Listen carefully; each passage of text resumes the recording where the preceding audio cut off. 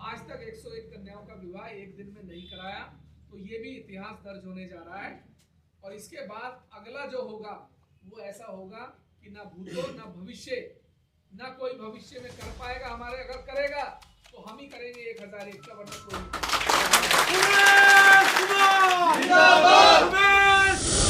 जिस बूथ पे जो आदमी है आपके पास, तुरंत ऑफिस में लिखवा दो। 10 लोगों के नाम इकट्ठे करो, इकट्ठा 5 दिन में लिखवा दो।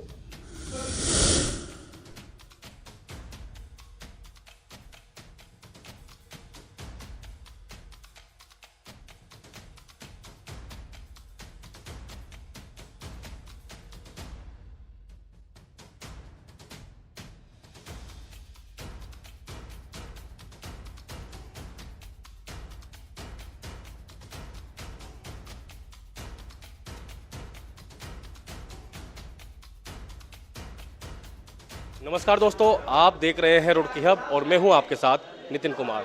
दोस्तों, इस वक्त खानपुर विधायक उमेश कुमार शर्मा जी के कार्यालय पर हूं, जहां पर उन्होंने अपनी जो कार्यकर्ता है उन्हें संबोधित किया है और 2024 के लिए संगनाद किया है। उन्होंने बूथ को लेकर बात की, रविदास मूर्ति को लेकर बात की और सबसे बड़ी बात मैं आपको बता दूं, 3 तारीख को मोहम्मद शमी यहां पर पहुंच रहे हैं। उनका यहां पर एक भव्य कार्यक्रम है, रुड़की जो मैदान है उसमें है और एक ऋषिकुल मैदान है उसमें भी उनका कार्यक्रम है। 2 जगह उनका कार्यक्रम रखा गया है और 101 शादी का कार्यक्रम भी अभी हाल ही में होने जा रहा है। तो चलिए जानते हैं क्या कहा उमेश कुमार शर्मा जी ने।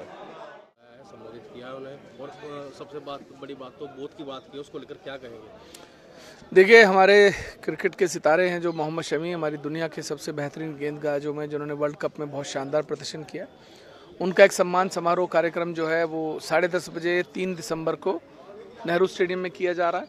इसके बाद 3 दिसंबर को ही 12:30 बजे ऋषिकुल मैदान में उनका सम्मान समारोह है।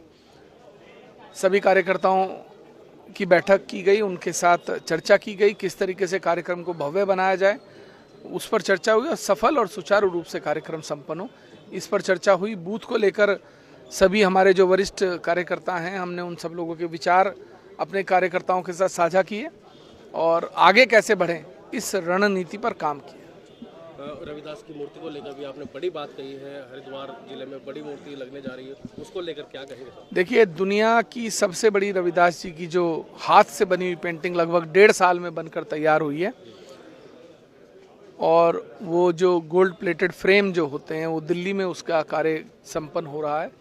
उस पेंटिंग को हम चाहते हैं कि हरिद्वार जनपद में स्थापित कर एक इतिहास दर्ज में नाम दर्ज कराया जाए और ये रहे कि रविदास जी की सबसे बड़ी हाथ से बनी हुई पेंटिंग अगर देखनी है तो आप हरिद्वार जनपद आइए, आपको हमारे जनपद में उनकी सबसे बड़ी पेंटिंग देखने को मिलेगी। और हमारा लक्ष्य है कि लगभग 1 लाख लोग जो हैं उस कार्यक्रम में सम्मिलित हों और सभी के सहयोग से वो कार्यक्रम संपन्न हो, उसी पर कार्य। अब ये शादियों का प्रोग्राम है, 101 शादी आप कराने जा रहे हैं, बड़ा प्रोग्राम कराने जा रहे हैं और ये मुझे लगता है कि गिनीज बुक में भी दर्ज होने वाला है। जी, हमें उम्मीद है। कहा कि आगे इससे भी ज़्यादा शादियां होंगी। जो गरीब बच्चे हैं उनकी शादियों को लेकर आप लगातार प्रयास करते रहते हो, क्या कहेंगे इस पर? देखिए, कहते हैं ना, वो एक कहावत है कि मैं अकेला ही चला था जानिबी मंजिल, लोग मिलते गए और कारवां बनता चला गया। जब हमने पहला कार्यक्रम किया था तो 5 कन्याएं थी, दूसरा किया तो 11 थी, तीसरा किया तो 21 थी, चौथा किया तो 67 थी और 5वां कार्यक्रम करने जा रहे हैं तो 101 कन्याएं हैं। और ईश्वर ने चाहा जिस दिन हम 10वां कार्यक्रम करेंगे उस दिन 1001 कन्याएं होंगी। तो हमारा लक्ष्य बहुत बड़ा है। हम इस हरिद्वार जनपद में कोई भी घर ऐसा ना रहे जिस घर परिवार में एक भी अनाथ और निर्धन कन्या बिना विवाह के रह जाए, ये हमारा लक्ष्य है। आने वाले 3 सालों में हमें इस जनपद से इस तरीके की कोई भी परिवार ऐसा ना रहे जिस परिवार में पैसों के अभाव में कोई कन्या विवाह से वंचित रह जाए। 2024 के लिए आप तैयार हैं, बूथ की बात आप कर रहे हैं। आज आपने कहा भी है कि अगर बूथ नहीं बनेंगे तो इतना फायदा नहीं मिल पाएगा। देखिए, क्या कहेंगे सर, क्योंकि बीजेपी का तो संगठन है अपना, उनके तो बूथ बने हुए हैं, उनका तो एक नारा भी है, मेरा बूथ सबसे मजबूत। आपका क्या नारा होगा?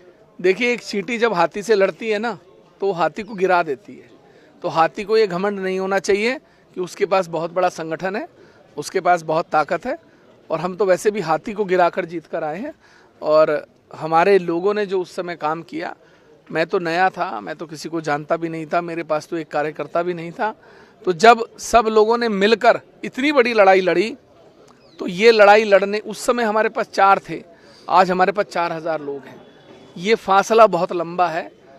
और ये जो गलतफहमी इन लोगों को है कि इनके पास बहुत बड़ा संगठन है, बहुत बड़ी ताकत है, आप निश्चिंत रहिए, वक्त आने दीजिए, आपको सड़कों पर सैलाब अगर लोगों का नहीं मिला, क्योंकि आज भ्रष्टाचार के खिलाफ हर घर से एक आदमी निकलकर लड़ाई लड़ना चाहता है, क्योंकि वो जानता है कि अगर ये भ्रष्टाचार नहीं खत्म किया तो ये लोग हमारा भविष्य अंधकार में कर देंगे।